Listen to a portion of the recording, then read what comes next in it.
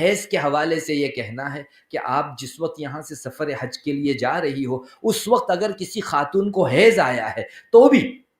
احرام باندھ لے وہ، اب اس کو مستقل چادر تو پہننی نہیں ہے، نیت کر لے۔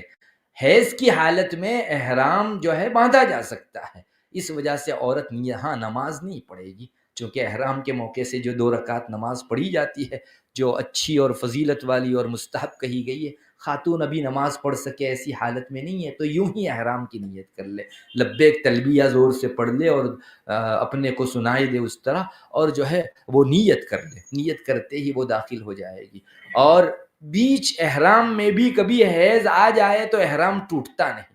یہ ضرور یاد رکھیے۔ بعض خواتین یہ سمجھتی ہے کہ ہم لوگ تو حیض میں آ گئی اب نماز نہیں پڑھ سکتی تو احرام بھی ہمارا ختم، نہیں، احرام ٹوٹتا نہیں ہے۔ ہاں اتنا ہے کہ آپ حرم کے اندر نہیں جا سکتی چونکہ وہ مسجد ہے اور حائضہ عورتوں کو مسجد میں جانا منع ہے، اس لیے اتنے دنوں طواف وغیرہ کو موقوف کر دو، جیسے آپ نماز نہیں پڑھتی مسجد حرام میں جا کر اب طواف بھی نہ کیجیے، حیض سے پاک ہو جاؤ، ان دنوں جو ہے آپ پھر طواف شروع کرو گی۔